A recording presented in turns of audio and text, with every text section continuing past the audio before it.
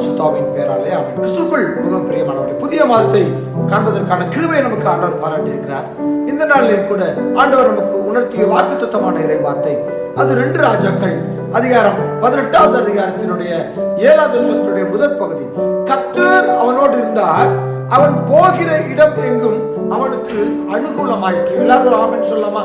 ஆமென். கிறிஸ்துவுக்குள் மிகவும் பிரியமானவர்களே, ஆண்டவர் மேல வைத்த நம்பிக்கை முதலாவது காரியம்.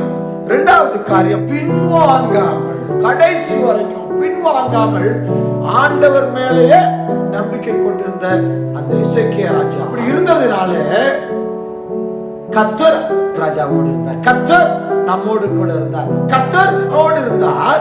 அவன் போகிற இடமெங்கும் அவனுக்கு அனுகூலமாயிற்று, அவனுக்கு காரியங்களிலே வெற்றி கிடைத்தது. கர்த்தர் நம்மோடு கூட இருக்கின்ற பொழுது, தெய்வ துணை நம்மோடு கூட இருக்கின்ற பொழுது எல்லா காரியங்களிலும் நீங்க வெற்றி பெற முடியும். ஆமென்.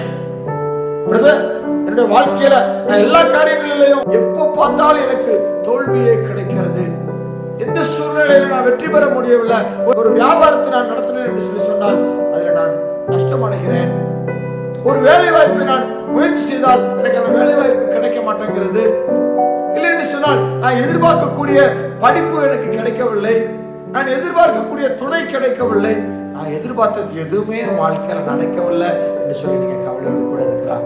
நீங்க ஆண்டவரை பிடித்து கொண்டு ஆண்டவர் மேல் நம்பிக்கை வைத்து ஆண்டவரை மாத்திரம் விசுவாசித்து பின்வாங்காமல் கடைசி வரைக்கும் நீங்க ஆண்டவரிடம் நிலைத்திருக்கக்கூடிய பிள்ளைகளாக இருக்கின்ற பொழுது கர்த்தருடைய தெய்வீக துணை உங்களோட கூட இருக்கும். ஆமென்.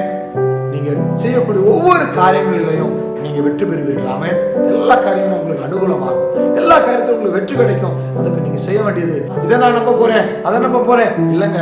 ஒரே ஒருத்தரை நீங்க நம்பினா போதும், அவர் ஆண்டவராகிய இயேசு கிறிஸ்து. நீங்க அவரை நம்புகின்ற பொழுது உங்க வாழ்க்கையில எல்லா விதமான காரியங்களிலும் அற்புதமாக, அதிசயமாக உங்க வாழ்க்கையில அவர் நடத்தி தர நல்லவராக, வல்லவராக இருக்கிறார். விசுவாசிக்கிறீங்களா? அவரை மாத்திரம் பிடித்துக் கொள்வோம். கர்த்தர் நம்முடைய பலனாக இருந்து நம்முடைய காரியங்கள் எல்லாத்தையும் வாய்க்க செய்து அனுகூலமாக எல்லா காரியங்களையும் வெற்றி சிறக்க நமக்கு உதவி செய்வாராக.